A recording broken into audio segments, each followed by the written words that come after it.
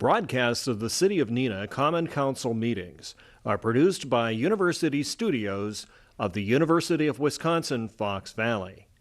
Neenah residents can get information about City Council meetings, City Committee meetings, meeting agendas, and other documents via the City website, www.neenahgov.org.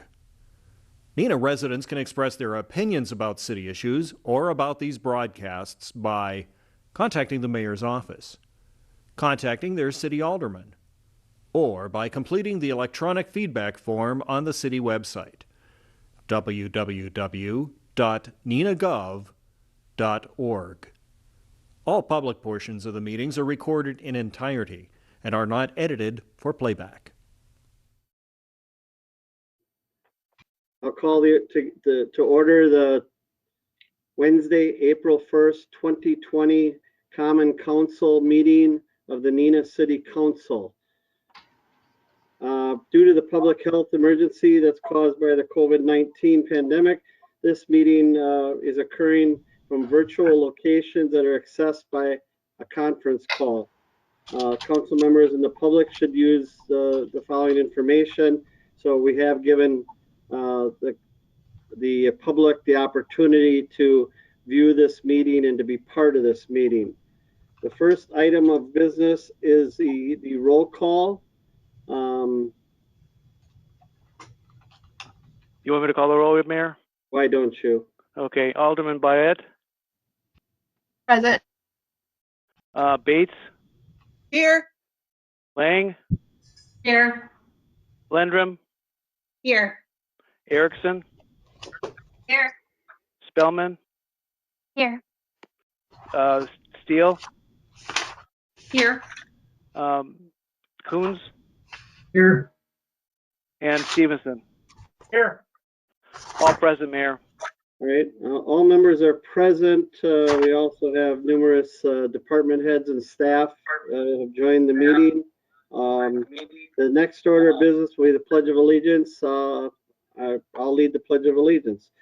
I pledge allegiance To the flag to the United States States of America, and to the republic for which it which stands one nation, under God, indivisible. visible, liberty, and justice for all. Right. We didn't practice it, but thank It you. came out pretty good. Yes. I think we had the hand on the heart really well. So to the public, this is our first meeting by council with utilizing this technology. We're going to do the very best we can. This is being telecast or recorded, and it will be available on our normal public access channel at the normal time. There are no mayor's appointments.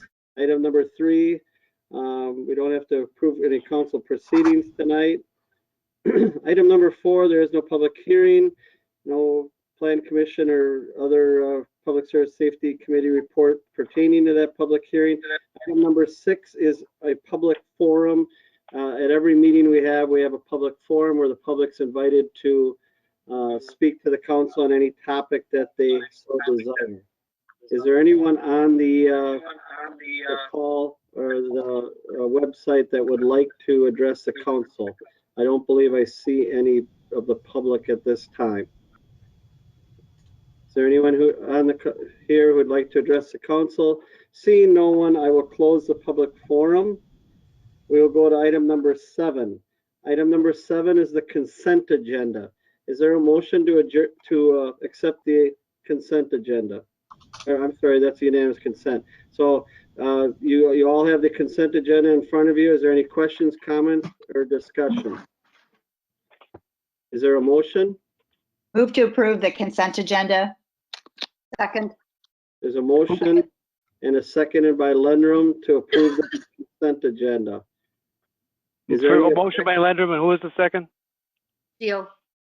Okay, thank you. Steele moved, seconded by Lendrum. Any further discussion? Seeing none, is there any objection to having unanimous consent to approval of the consent agenda? Seeing no objection, that's so ordered, that's approved. Item number 9, reports of standing committees. The regular Public Services and Safety Committee meeting of March 24th, 2020. Chairman Bates. Thank you, Mayor.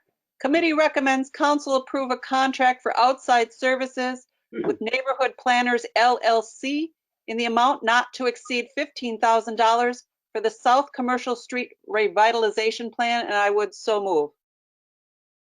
Second. There's a motion by Alderman Bates, seconded by Alderman Lendrum to approve the contract for outside services with Neighborhood Planners LLC for the South Commercial Street Revitalization Plan not to exceed $15,000. Comments or questions? Alderman Coons. Thank you, Mayor. I'm excited about this plan. I'm just curious about the council's visibility to the plan as we move forward and the steps as we move forward. Director Hayes or Brad Schmidt, would you like to comment on that? Yeah, are you asking what involvement the council has moving forward in this? Well, not so much what we're involved, but what we'll be able to see as far as here's this plan, here's what we're doing, here's kind of a progression as opposed to here's the final plan, hope you like it. Sure. We haven't put a whole lot of thought into that yet. I mean, we've been working on this plan probably going on 4 years, so we have done considerable amount of work on it. The intention would be to get a steering committee of people, business owners, stakeholders on South Commercial Street. We'd probably also like to include a council member or plan commission member as part of that as well. So before bringing the final version back to council, we can definitely give updates throughout the process of this. And if I could, I mean, so if you have meetings with the task force, the minutes would be available and we could see the process and the progression at that time. Yeah, right now with the stakeholder group that we are going to be putting together, we're only planning about 2 meetings with them, but those meeting minutes would be available to the public. Okay, any other comments or questions? Alderman Coons, does that answer your question? That did, thank you very much. All right, anyone else? All right, there is a, this on my agenda, it said a voice vote, even though we're spending 15,000, is that correct, Jim? This is No, it should be a roll call, and I can call off the roll. Okay, so this will be a roll call vote. Any further comments or questions? I just have a quick question. Can we identify the funding source in the minutes? Yes, what is that funding source? Yeah, it's a grant from the Winnebago County Industrial Development Board. Thank you. That'll be reflected in the minutes. That'll be so, yep. Any other comments or questions? If not, all in favor of approving the contract will vote aye as your name is called. All opposed vote no as your name is called. Alderman Boyette, Aye. Bates, Aye. Lang, Aye. Lendrum, Aye. Erickson, Aye. Spellman, Aye. Steele, Aye. Coons, Aye. Stevenson. Aye. All voting aye, motion carries, Your Honor. All right, that motion passes 9-0. Item 2, committee recommends council authority the appropriate city offices to sign the intermunicipal agreement for the Abbey Avenue reconstruction project, and I would so move. Second. There's a motion by Alderman Bates, seconded by Alderman Lendrum. Any discussion, comments, or questions? I'd just Alderman like Stevenson. to thank Jerry for putting together that spreadsheet and the work, all that work to guarantee fair and equity between us and Menasha from a utilization perspective. That was pretty impressive, and I know it's a lot of work and it's not always easy, but that's appreciated. Thank you. All right, thank you for your comments. Anyone else? Seeing no one else, all in favor of that motion to authorize the appropriate city offices to sign the intermunicipal agreement for the Abbey Avenue reconstruction project, signify by saying aye. Aye. Aye. Any opposed? No, none opposed. That motion passes. And that concludes my report. Thank you very much. There was no regular Finance and Personnel Committee meeting. So we move on to item number 10, the report of special committees and liaisons, various special project committees. The first one, item number B, is the Landmarks Commission, the report. Alderperson Lang. Thank you, Mayor. There is no report. Thank you. Report from the Sustainable Neenah Committee. Anything, Alderman Coons? I have no report this time. Mhm.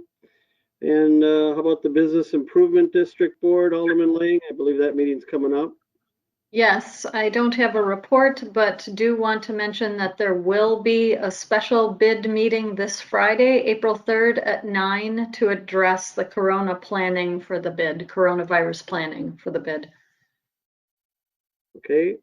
And anything from the Bergstrom Mahler Museum, Alderman Spellman? Yes, thank you, Mayor. The last meeting was on March 25th, and during that meeting, 2 new board members were welcomed. And there was discussion of ongoing planning with the current pandemic. And the museum is now closed to the public at this time, but the museum is working through ways to connect with the public, and more information will be forthcoming on their website. The next board meeting is on April 22nd at 5:30. And that concludes my report. All right. Thank you. Item number 11, presentation of petitions.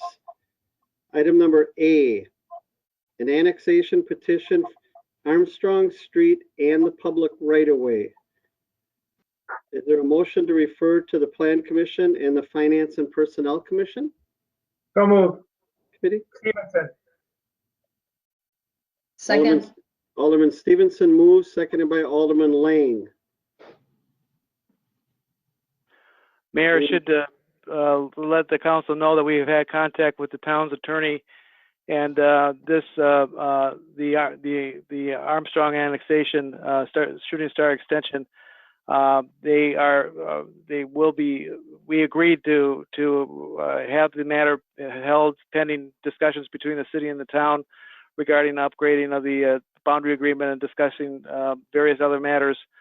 So we agreed that the petition would be forwarded to or referred to the committees in the Plan Commission, and the department head reports would be made, but that they would not be reported out for approval until after the discussions with the town.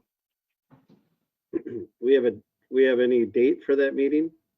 They're trying to set it up right now. It'll be after the election, obviously. It's sometime late next week, early into the week following. Okay. Alderman Coons? I just wanted to follow up on that. What we had here originally was a fairly, I'm going to say, straightforward annexation petition being referred to a committee. And now we're talking about discussions that have happened with the town and then reviewing the border agreement, which is a fairly large document and very important document that I don't think I was prepared for, in that knowing that is what is behind some of this. This is a whole new animal we're looking at here. If we're talking about reviewing border agreements that's tied into this, and I guess I'm not sure the most appropriate action to take here, but it certainly took me by surprise. There are a number of issues in the boundary agreement that have raised questions about various issues, this being one of them. And so we're hoping to tie it all together and come back with a completion of those discussions. Otherwise, the other option is for the town to file an action seeking a restraining order to stop the city from actually completing the annexation. So in lieu of going to court to fight, we are going to try to follow the dispute resolution procedures in the boundary agreement to address the town's opposition to this annexation. The other 3 annexations that are listed after this are all approved. And they're consistent with the boundary agreement, and there's no dispute on those, so those will go forward. If I could, Jim, I didn't want to make it sound like there was something that wasn't right, or it seems like the appropriate action. It's just something more than I was expecting. I'm not suggesting it's not the right way to go. I'm just trying to get my arms around this. Sure. As I first heard about it. Alderman Stevenson, you have a question?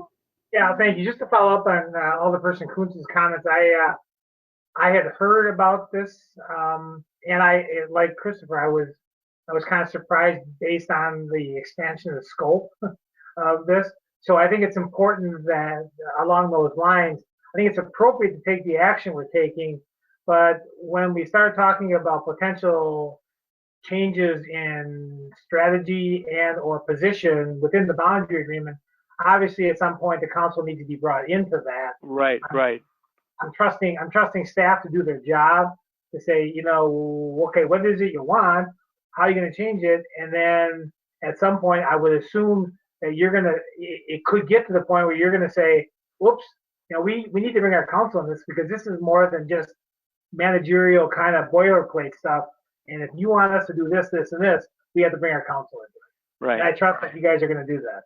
Yeah, I don't think, I think us having the discussions, which we've done often with the town's officials, and that we will have the discussions, and then like we have done in the past, when it reaches the level of council approval, we fully intend to bring it to the council and, get your positive or negative blessing on it.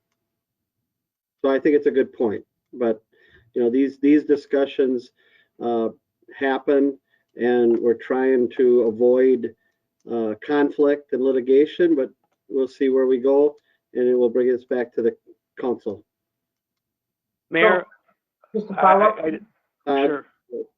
Okay, so go ahead. So this action on the first one here, item A under 11, deals with the street extension and the property that we own? Yes. Okay, so, and I understand that. So my question really is, I'm kind of surprised, and I tried to print off these other maps for the later items, and I don't know what they mean. So I'll ask when we get to the next three what that's all about. But if this is the piece of property we own for the west of Shooting Star to the road and then north, then I'm okay with that, because I know what that's all about. That's what the first petition is about, President Stevenson. Yeah, very good. Thank you. Mm-hmm. Christopher, did you have a follow-up or not? Are you good? Okay, I'm sorry. Anyone else on this? There's a motion and a second to... Jerry has something. Who? Yeah, Mayor, I just want to make council aware that Shooting Star Construction and Armstrong Construction were bid as an alternate on contract 3-20. We're going to be talking with a contractor. We have not formally awarded that contract yet. We've been holding off to see what's going to happen on Shooting Star. So depending on the timing that we're looking at for these discussions, we may have to move ahead and award contract 320 without those alternate pieces included. Great, thank you for that information. Well, we're moving forward. This thing has been on our plate for some time, so we are moving forward. So there's a motion to refer to the Plan Commission and the Finance and Personnel Committee, and then there will be some ongoing discussions between the two communities. Is there any objection to unanimous consent that this go forward, be put in those two committees? Any objection? Seeing no objection, that's so ordered. Item number B, annexation. The next three are all individual homes on Breezewood Lane annexation petitions. I will ask for a motion, and then I'll have an explanation. Is there a motion? Move to approve. No, this would be moved to refer to Finance and Plan Commission as well. Motion, Carrie. Motion to refer to the Plan Commission and Finance and Personnel Committee. Is that okay? Yes. Yep. Good, thank you. Alderman Lundgren moves. Is there a second? Second. There's a second by Alderman Steele. Brad, would you like to talk on this one, all three of them? Sure. So all three of these annexations, just for a location, if people have questions about location, they're all on the south side of Breezewood. One is on the southwest corner of Breezewood and Cheryl Ann, and the other two are on the southeast corner. All three of these property owners in 2003 signed a service and annexation agreement, which basically allowed them to connect to city sanitary sewer in exchange for annexation, either after 15 years or when the property sells. In all three of these cases, it's the same property owner and the 15 years have expired. So we're exercising our right to annex the property. Brad is Deputy Director of Community Development, so when people are watching this, we can identify them. Council President Stevenson?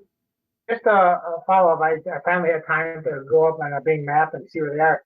So I see which properties are. The property that's on the east side of Cheryl Ann, immediately east, the current one that's on the floor right now, 1490, is the second one in from Cheryl Ann to the east. Correct.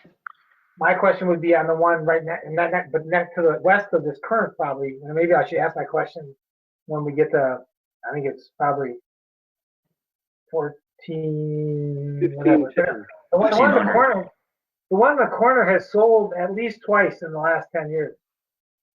It's in the city. It is in the city. Yeah. Oh, okay. So, okay, that would answer it. All right, thank you. Yep, that would answer it. Thank you. Alderman Coons? I'm just wondering, Brad, do we have more properties like this that people have either connected to water or sanitary sewer, and there's some, in the next 10, 15 years they will annex? Well, it would have been a connection to sanitary sewer, not to water. I don't know that we have any outstanding agreements. Chris or Adam may have a little bit more knowledge on that. We haven't done, I don't think we've done any in a while. These are finally have reached that 15-year window. In fact, some are a little bit beyond, and that's why we're getting them cleaned up. Yes. These date back to the original date of the boundary agreement with the town. Anyone else with comments or questions? Seeing none, there's a motion and a second to refer the annexation petition for 1490 Breezewood Lane to the Plan Commission and the Finance Personnel Committee. Is there any objection to unanimous consent? Seeing no objection, that's so ordered. Item number C is annexation petition for 1510 Breezewood Lane. Brad, do you have anything to add? Or is there a motion to refer this? Yeah, I'll make a motion on 10C. I'll make a motion to refer to Plan Commission and Public Services and, Finance Personnel Committee. I'll second that. Alderman Stevenson moves, seconded by Alderman Coons. Brad, anything to add? No. Any questions or comments by council members? Seeing none, there's a motion and a second. Is there any objection to unanimous consent to refer these to those two committees? Seeing no objection, that's so ordered. Item number D is an annexation petition for 1480 Breezewood Lane. Is there a motion to refer this one? So moved. Second. Second. Who moved? Stevenson. Alderman Stevenson moves. Seconded by Alderman Lendrum to refer to the Plan Commission and Finance and Personnel Committee the annexation petition for 1480 Breezewood Lane. Any discussion?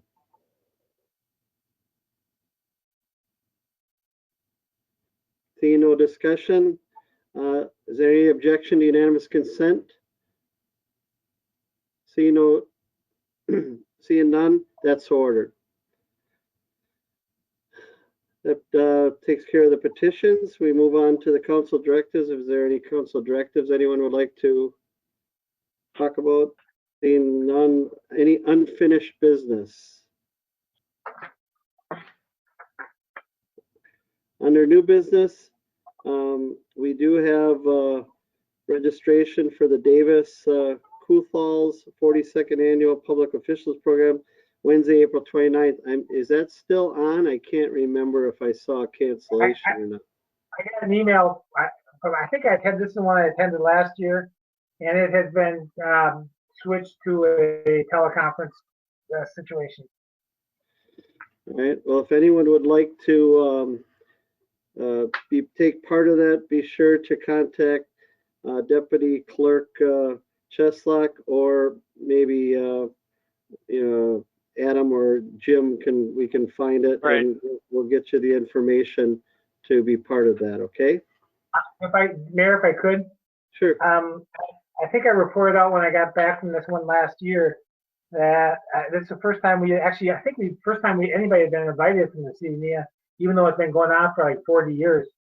And it was very worthwhile from a networking perspective, because it was a kind of a whole different group of people that you got to visit with. Substance-wise, pretty much boilerplate. I mean, you can almost tell it was the same kind of stuff they talk about every year. And maybe it's because I've been around forever. I don't know. So, but I found more value in the networking, and that's going to go away because you're not going to be able to sit at your table and have dinner with them and talk and those kind of things. Just a comment. Okay. I would welcome anybody to sign up, but just kind of be prepared for that. That's my perspective on it. All right. Thank you. This is very similar to what the league does, only this organization puts us on. Alderman Bates?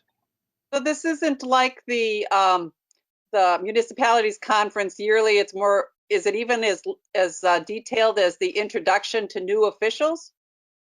I think it's a little more in depth than what the new officials would have. But if you go back, if you haven't gotten an email, I'll go back, and tonight I'll forward. I know I've gotten a bunch of emails probably because I went last year. I'll forward them to you in case you guys haven't gotten, you people haven't gotten them.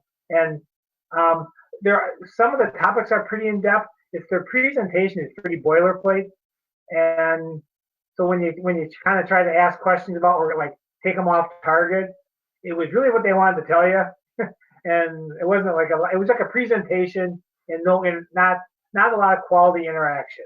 I think that's a fair assessment. Okay. But it is more in depth than to your question, Marge. It is more. There's a little more meat in their presentations than the new officials in that offering. All right. Anyone else comments or questions on that? If not, we move on to item number B. Mayor Conference appointment to fill the expired terms of Mary Whipple, Carol Codner on the library board for a 3-year term that expires April 2023. This will be considered at the April 21st meeting, the 2020 organizational meeting that will happen. Mayor Conference appointment to fill the expired term of Tom Martin and Grant Birch on this Community Development Authority for 4-year terms that will expire April of 2024. That will also be considered at the April 21st meeting. And also item number D, Mayor Conference appointment to fill the expired term of Jerry Andrews on the Plan Commission for a 3-year term that expires April 2023. That'll also be considered at the April 21st. I will contact those individuals, see if they're willing to serve.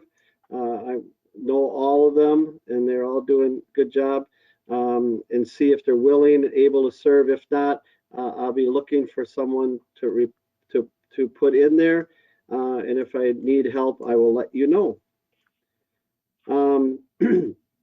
Under item number E, this is any announcements or questions that may legally come before the council.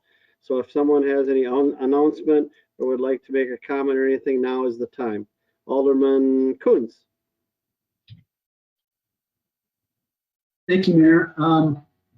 I see there's a ratification coming up of another item, but I also saw that we made some changes to voting and location.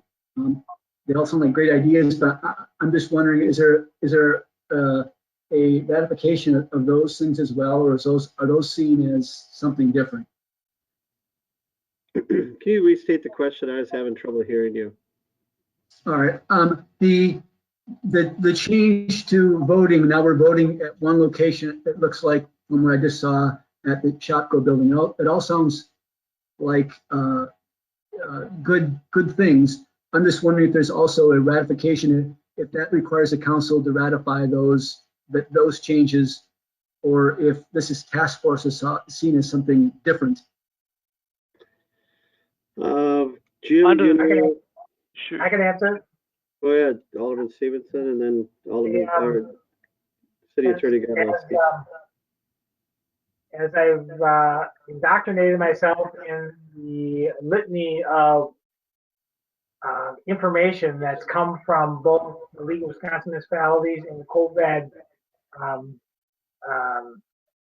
19 information, I read in a couple of places, I can't remember where to be specific, but the state legislature has taken action to enable the chief executive officer to change a voting location without the governing body's approval based on the situation that we're in. And Jim, I would defer to you to confirm that. Yeah, I would confirm that. I don't have the section statute off by the top of my head, but I've read the same thing, and it's my understanding that the mayor has that authority under state law to unilaterally change the location based on the public health emergency.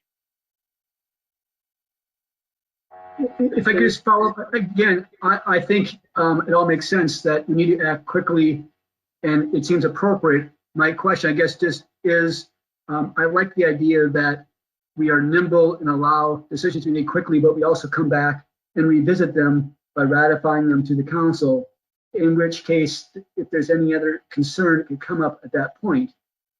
I just think it's a good process. Didn't know if we were going to use it in this case as well. All right, thank you. I will just say this, Alderman Coons. Things are changing here, at times by the hour. I have appointed Alderman Stevenson to head this task force with regards to the election. There are staff involved on it, one other alderman and a lot of staff.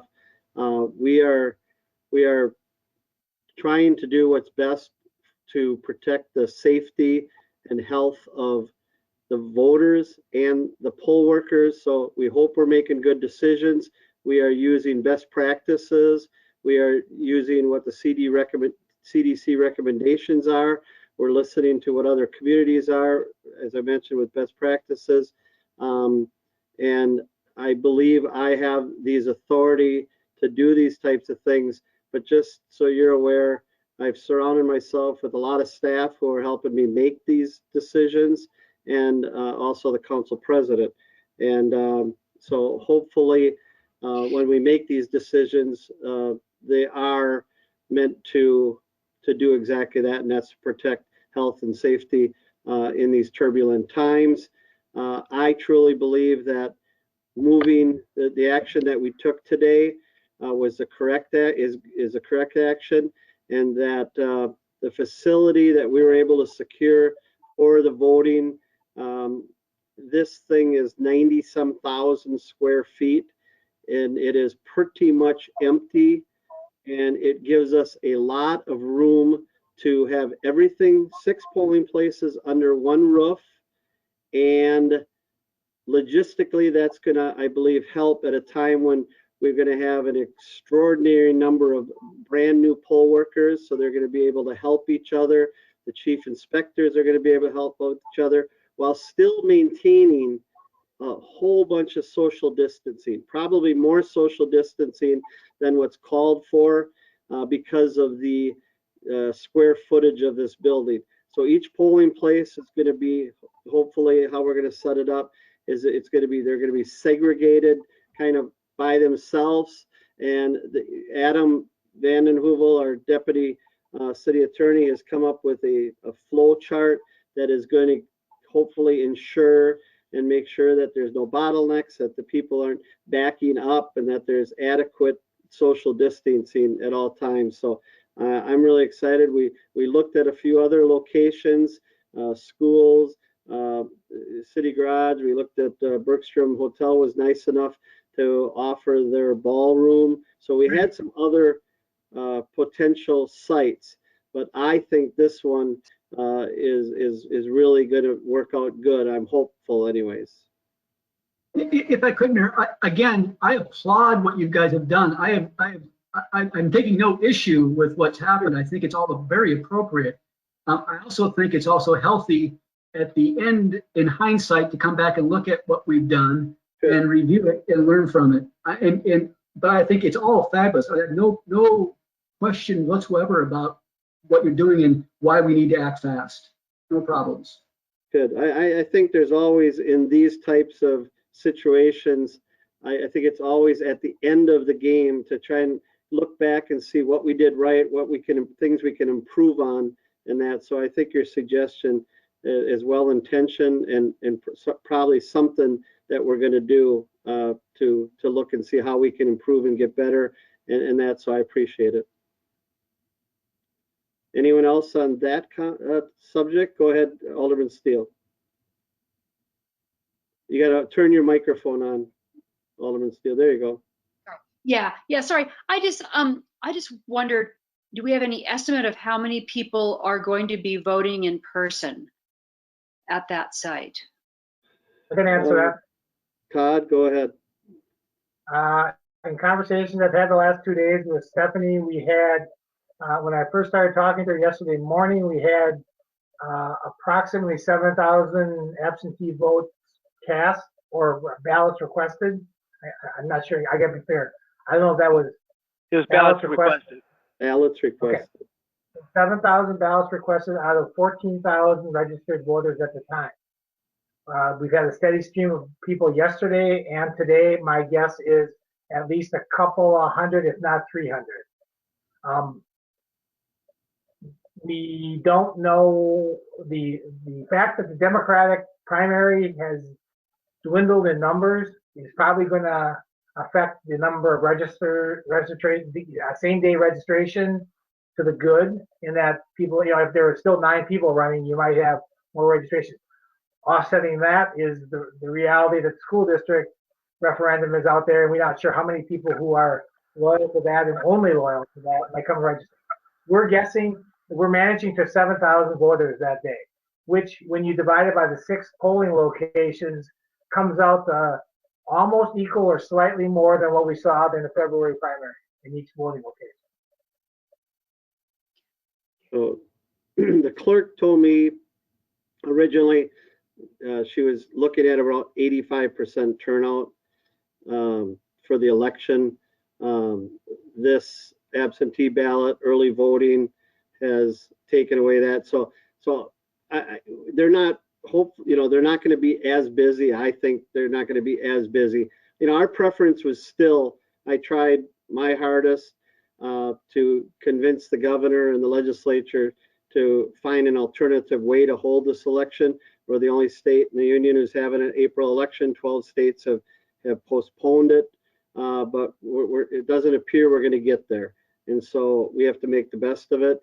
And this is what we're doing. And this building that we're going to, Alderman Steele, is quite a large building, and we'll be able to have good separation and good in all the polling areas. I'd only follow up and tell you that we're going to be utilizing slightly more than 50% of the space available in the building. And that's going to enable us to have each polling location have between, based on Adam's wonderful drawing, between 3,000 and 3,500 square feet, which is significantly more than any polling place. Mm-hmm. Yeah, when you think of Whiting Boathouse and the George Shirk Pavilion and the fireplace, those are not a lot of square feet. And we are more, many times more square feet. So we believe, I think very strongly, that this is going to work, and so we're going to hope that it's successful. I believe that it's going to work. And just to follow up, if I could, a couple alderpersons, Alderman Lang and Alderman Erickson, Alderperson Erickson and Alderperson Lang, suggested a potential is consolidating aldermanic districts together. So taking our 6 polling places and combining them into 3. We ran that up the flagpole and realized that based on the size of each of our already 6 polling places, that would probably be a hindrance because now we're forcing more people into those same smaller voting areas. From a safety perspective, that would have been a concern of ours. Plus the other key factor, if I could, was we are operating with a smaller clerk staff, and a single location is going to allow our clerk to have access to every polling place within 43,000 feet of her, versus having to run to Whiting Boathouse or running to the fire station when we have a fire. This way she can walk to the area, and we can train our limited amount of trained. We're okay with the total number of poll workers. We have about 50% of those poll workers who are trained and able to run Badger books. So we got a lot of bodies, but so what this is going to enable us to do is, if we're having a run at the police department and the fire department is slow, we can ask people to simply log off Badger books at the fire station, walk around, maybe, I mean, it's going to be a significant walk, but it's going to take you 2 minutes. Sign in at the police station and help them out until that rush is over. Marge, I don't know what that meant, but if I said something wrong, I don't know. No, it meant that they will disinfect the position before they sit down. Right. We and to everyone, we have 3 levels of planning to protect the voters, and we have plenty of protection, get both masks and gloves for all of our poll workers. And we have 2,000 gallons of disinfectant available to us from the Park and Rec Department that Trevor Fink has mixed up and is available to us if we call. Wow. Alderman Steele, do you have any follow-up, or are you good? I'm good, thank you. Other communities are also taking this step. The media has been talking to me as late as 20 minutes ago before this meeting, and now other communities have taken these same actions, including Milwaukee, Lapeer. They're all looking at downsizing the number so that they can better manage with the tools that we have. So I think you're going to see this happening more in the next 24 hours. So in order to get a better handle on it. Anyone else? All right, the last item will be the ratification of a mayoral proclamation number 2020-02, defining emergency responder for the city of Neenah. I believe Deputy City Attorney Vanden Heuvel, are you going to take that one? Yeah. Yes. Go ahead, Deputy City Attorney Adam Vanden Heuvel, go ahead. As I'm sure all of you are aware, the federal government has passed crisis. The one that this is dealing several bills to address the COVID-19. Specifically is the Emergency Family and Medical Leave Act and the Emergency Paid Sick Time.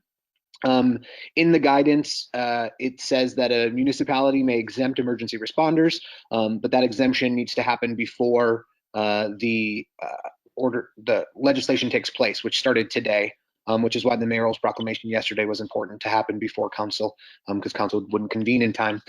So essentially what this is doing is, after talking with the department heads, so we spoke with Tony Mock at Water, Jerry Kaiser, Chief of Police, and the Chief of Fire, to determine who, if any of their employees, we should classify as emergency responders. And it was determined that all of the police, both the sworn and the administrative staff, all of fire, and then Public Works and Water, excluding the administrative staff, are classified as emergency responders. And the reason that they're classified as that is because those are the places that if there's an emergency, they must respond. And so if we had too many people from any one of those departments gone and an emergency happened, we would be unable to function. So if a water main break, if there was a large sewage backup, if there was a snowstorm, obviously police and fire are more clear why they're emergency responders, but it was determined that all of those are essential and we can't afford to have large amounts of those employees missing under the 2 federal guidelines. I will note that the city's policies apply to water and public works, so they still have those initial policies that were passed, so they do still have options. Any questions? Is there an end date on this, Adam?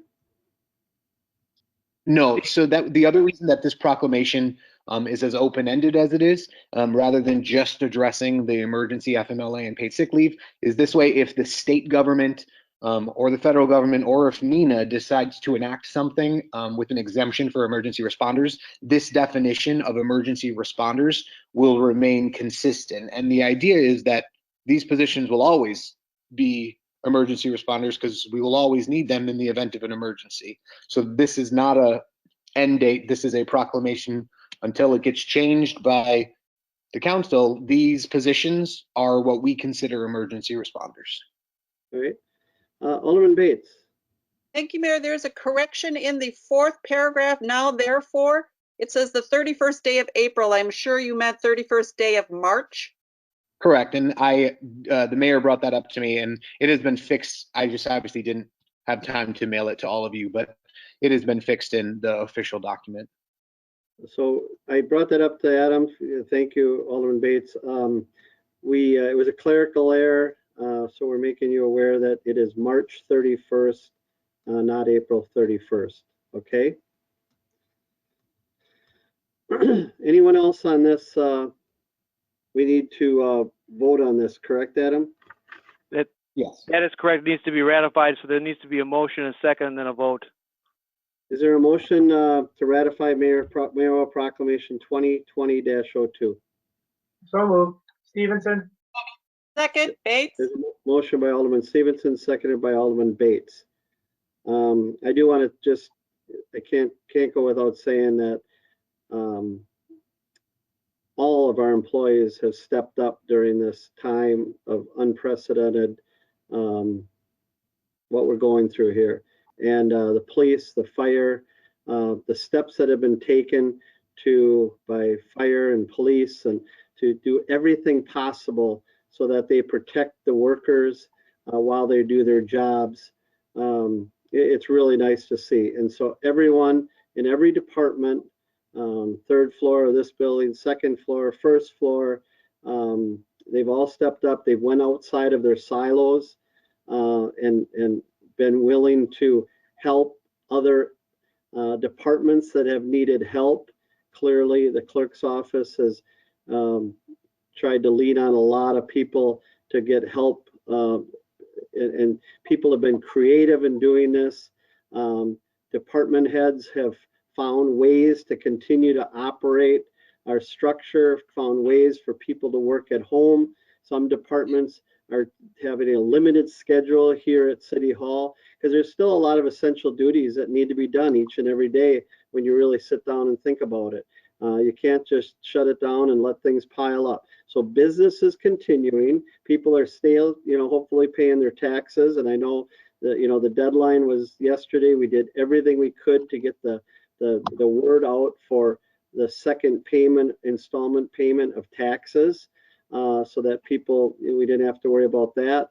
We've set back deadlines on things that we have control over, such as fire permits and pet licenses, and a whole bunch of other things that we have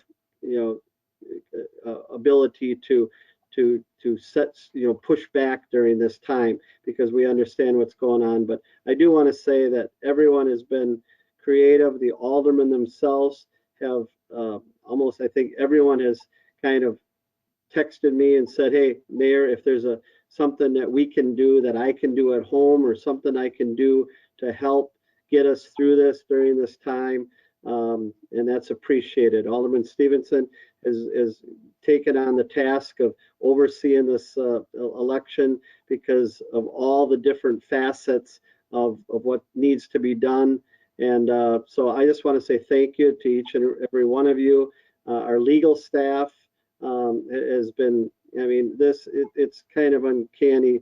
This is not in the playbook. None of this is in the playbook, but I will say this, you know, everyone was prepared and everyone stepped up. Everyone, you know, took it upon themselves. There were some preparations, I think. People said, you know, different departments said, you know, we can handle this. We're ready for this. And so it's really gratifying. So I just, you know, to the citizens, the concept of staying social distancing, and you know, our police department are doing what they can. We're still having some small individuals, small groups congregate at times. The police department is not looking, you know, to do anything from a legal standpoint, but they will stop and remind people when that happens.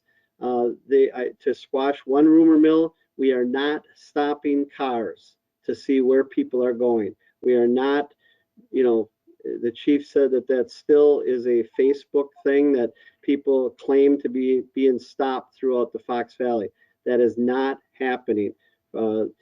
Some companies have given out certificates, paper, saying that, you know, so that people have it when they go to work. But unless they're doing something wrong, they're not getting stopped here in this community. So, so thank you to all the employees, and stay safe and stay healthy.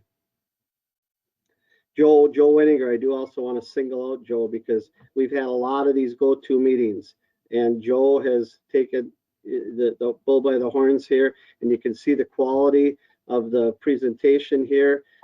This device seems to be, you know, we worked the bugs out of it. The council and people got together early, and Joe has put a lot of time and effort and work into figuring out how to record these meetings and things like that, so the general public has an opportunity to view our work during this time when it's not easy to come to a meeting at City Hall. So thanks to everybody for doing what they're doing. So there is a motion and a second to ratify mayoral proclamation number 2020-02. Is there any further discussion? Seeing none, all in favor signify by saying aye. Aye. Aye. Any opposed? No opposed. That passes unanimously. Any other business? The council is now, we are going to, Jim, we're not going to close the meeting. We're going to convene into closed session pursuant to Wisconsin statute 19.85(1) for the purpose of conferring with legal counsel concerning some litigation strategy. That's correct. We'll need a motion and a second on that, Your Honor, and then we'll convene into closed session, and we'll adjourn out of closed session. Okay, you've all been sent a code. Because it's a closed session, the general public will not be able to view or hear this next part of the meeting.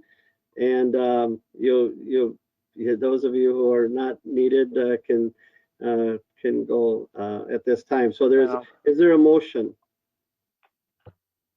I'll make the motion. Alderman Boyette moves. Is there a second? Second. Alderman Steele. Alderman, there's a motion and a second to convene into closed session. Is there any discussion? Seeing none, all in favor of convening into closed session? Jim, you want a roll call or not? Roll call would be advisable, Your Honor. Go ahead. Okay, Alderman Stevenson. Aye. Coons. Aye. Steele. Aye. Spellman. Aye. Erickson. Aye. Lendrum. Aye. Lang. Aye. Bates. Aye. Boyette. Aye. The vote was 9-0, Your Honor. Motion carries unanimously. Thank you very much. Broadcasts of the City of Neenah Common Council meetings are produced by University Studios of the University of Wisconsin-Fox Valley. Neenah residents can get information about City Council meetings, City Committee meetings, meeting agendas, and other documents via the City website, www.neenahgov.org. Neenah residents can express their opinions about city issues or about these broadcasts by contacting the mayor's office, contacting their city alderman, or by completing the electronic feedback form on the city website, www.neenahgov.org. All public portions of the meetings are recorded in entirety and are not edited for playback.